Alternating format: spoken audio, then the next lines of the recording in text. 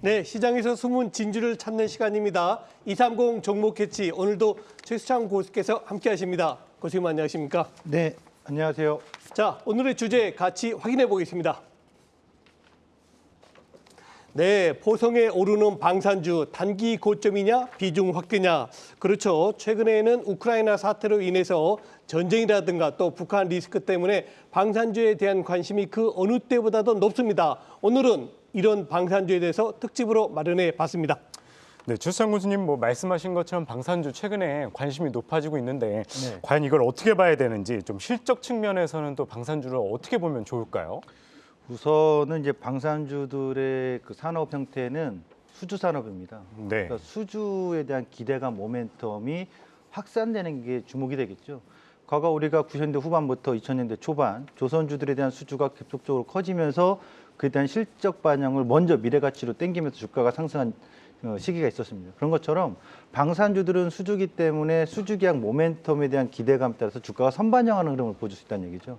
그럼 작년을 본다면 2021년도에 국내에서 70억 불, 방사청의 그 내용에 따르면 우리나라 국내 K방산이 올해 100억 달러를 넘어갈 것으로 예상이 되고 있습니다. 네. 그런 점에 있어서 향후 수출 금액, 다시 말하면 수주 계약은 계속 이어질 것이다. 간략하게 좀 말씀드리면 작년에 수주 K방산이 수주가 호재가 나왔던 것이 중동에서 사우디라든가 아랍에미리트, 네. 호주 이 외에도 지속적으로 지금 나오고 있거든요. 네. 최근에 있어서도 LIG 넥선의 천공이라든가 또는 하나, 그다음에 K2의 흑표인 전차인 현대로템 쪽에서는 노르웨이 쪽도 공략이 되고 있는데 네.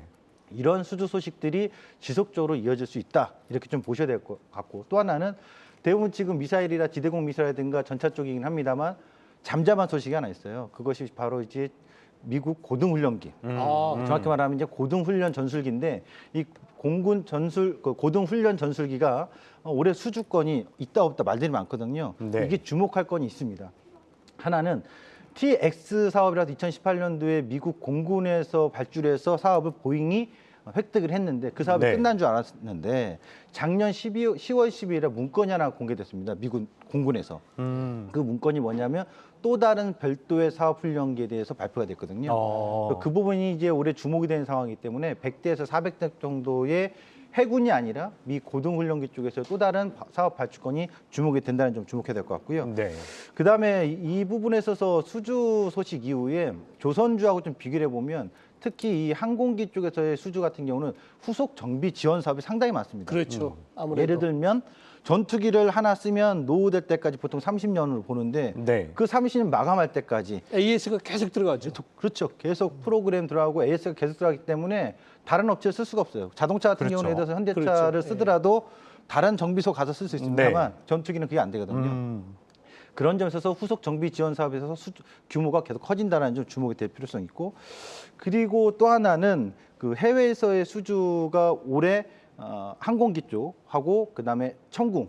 근데 뭐가 있냐면 러시아 사태로 인해서 반사수를 볼 가능성이 러시아 무기 수출이 제재가 되면서 경쟁 업체가 하나 떨어져 나가는 거거든요. 그렇죠. 예. 그런 점에 있어서 투자 아이디어를 본다면 러시아도 참 그 경쟁의 무기 업체가 있습니다만 그에 따른 반사수 러시아의 경쟁 업체가 없어진다면 가성비 좋고 또 AS 좋은 국내 K방산의 수준은 더 이어질 것이다. 이렇게 보시면 네. 좋을 것 같습니다. 네, 사실 우크라이나 사태로 인해서 인명이 정말 참 손상이 되고 참 불행한 일이죠. 그러나 역으로 본다면 방산업체 입장에서는 조금 긍정적인 부분, 다시 말해서 세계적으로 군비 경쟁이 일어나면은 방산업은 좀 유리하겠죠.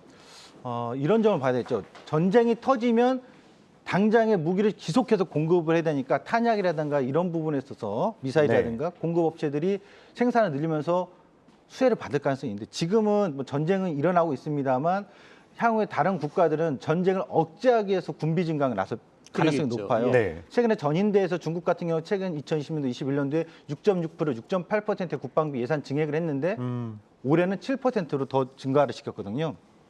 그런 점에 있어서 전 세계적으로 우크라이나 사태를 보면서 군비 증강은 지속적으로 확대될 것이다. 특히나 올해 미국은 역시 천조국답게 네. 전 세계 국방 예산의 40% 이상을 차지하는데 무려 7,700억 불이 미국이 국방 예산으로 잡혔습니다. 올해. 그리고 우리나라 같은 경우는 약 50억 불 내외니까 약 우리나라 국방비랑 55조 정도 예산이 잡혀 있거든요. 네. 상당히 높은 수준이에요. 전 세계에서 15위권까지 보면은 15위가 브라질인데 20억 불이거든요. 그런 점에 있어서 중남미 국가라든가 그 15위권 밖에 있는 국가들은 최첨단 무기를 구매를 하긴 해야 할 수가 되는데 없죠. 예, 비용 너무 때문에 안 적죠. 되죠. 예. 하나 네. 그렇다면 가성비 좋고 가격적인 측면에서 성능이 좋은 국내 무기들이 많이 구매할 가능성이 높다는 거죠. 방금 전에 러시아 사태를 얘기했습니다만 러시아에서 무기 수입을 할 수 있었던 국가들이 할 수가 없는 상황이니까 그것을 대체하려면 다른 방산을 찾았는데 네. K 방산이 주목될 가능성 그런 점을 주목해 보셨으면 좋겠습니다. 그렇다면 이제 또 새 정부가 들어서게 되는데 또 중요한 건 우리나라 같은 경우에는 이 정부의 대북 정책 기조에 따라서도 또 방산주가 많이 들썩거리는데 고수님이 보시기에 이 새 정부 수혜주 찾아보면 좀 어떤 걸 찾으면 좋을까요?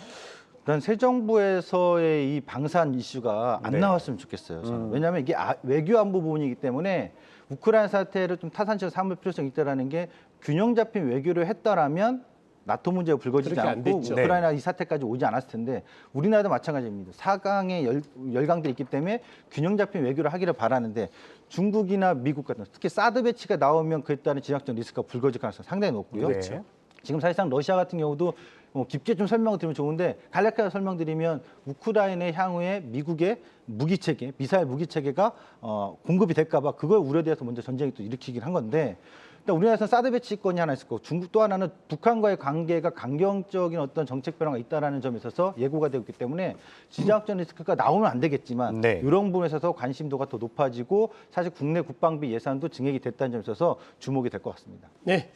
저도 한 개인적으로 우리 한반도에서는 절대 어떠한 종류의 전쟁도 일어나서는 안 된다는 거 확신을 가지고 있습니다.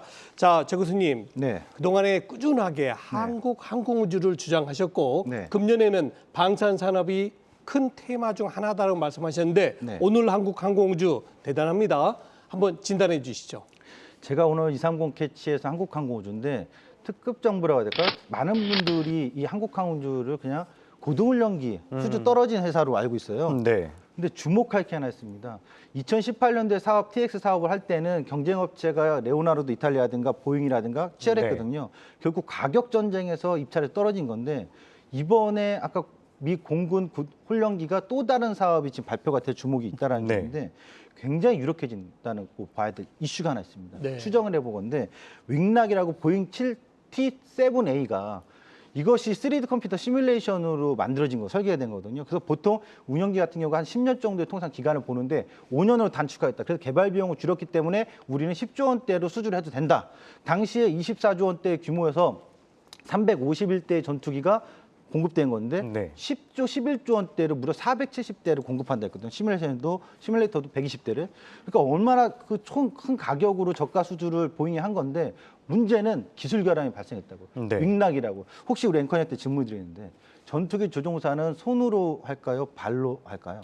아무래도 손이 더 많은 것 같은데요. 그렇죠. 시청자님들 그렇게 생각하시죠? 네. 전투기 조종사는 발로도 합니다. 그래요? 상당히 중요한 겁니다. 아, 그러니까 우리가 경주 자동차 고속하면은 오토로 하는 건 그렇죠. 아니잖아요. 네. 그렇죠, 브레이크 그렇죠. 잘 써야 되는데 네. 그 비행에 있어서 3대 축이라고 하는 게 큰 날개가 에어론이라는 게 있고 뒤에 꼬리가 이렇게 서 있는 게 있죠. 이게 네. 러너라고 버티칼이라고 합니다. 그다음 뒷꼬리가 살짝 있는 게 엘리베이터라고 하는데 이 3대 축으로 움직이는 건데 최근에 이 윙락 현상, 이 동체 기체 부분에 있어서 에어론 쪽에 있어서의 네. 기술적인 결함이 나타나는데 이것은 보잉이 소프트웨어적으로 해결할 수 있다라고 합니다만 사실상 이건 소프트웨어가 아니라 설계적인 문제가 나오고 있는 거거든요. 네.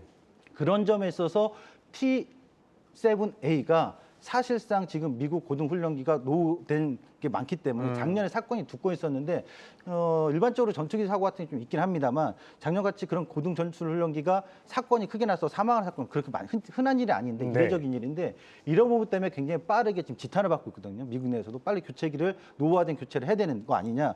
그런 점에서 개발 지원대 2023년도에 양산이 목표가 있는데 이게 지연되고 있기 때문에 네. 또 다른 사업에 대한 발주가 얘기가 나오고 있는 거거든요. 이 점에 본다면 현존하는 고등훈련기의 최고 1위는 T50입니다.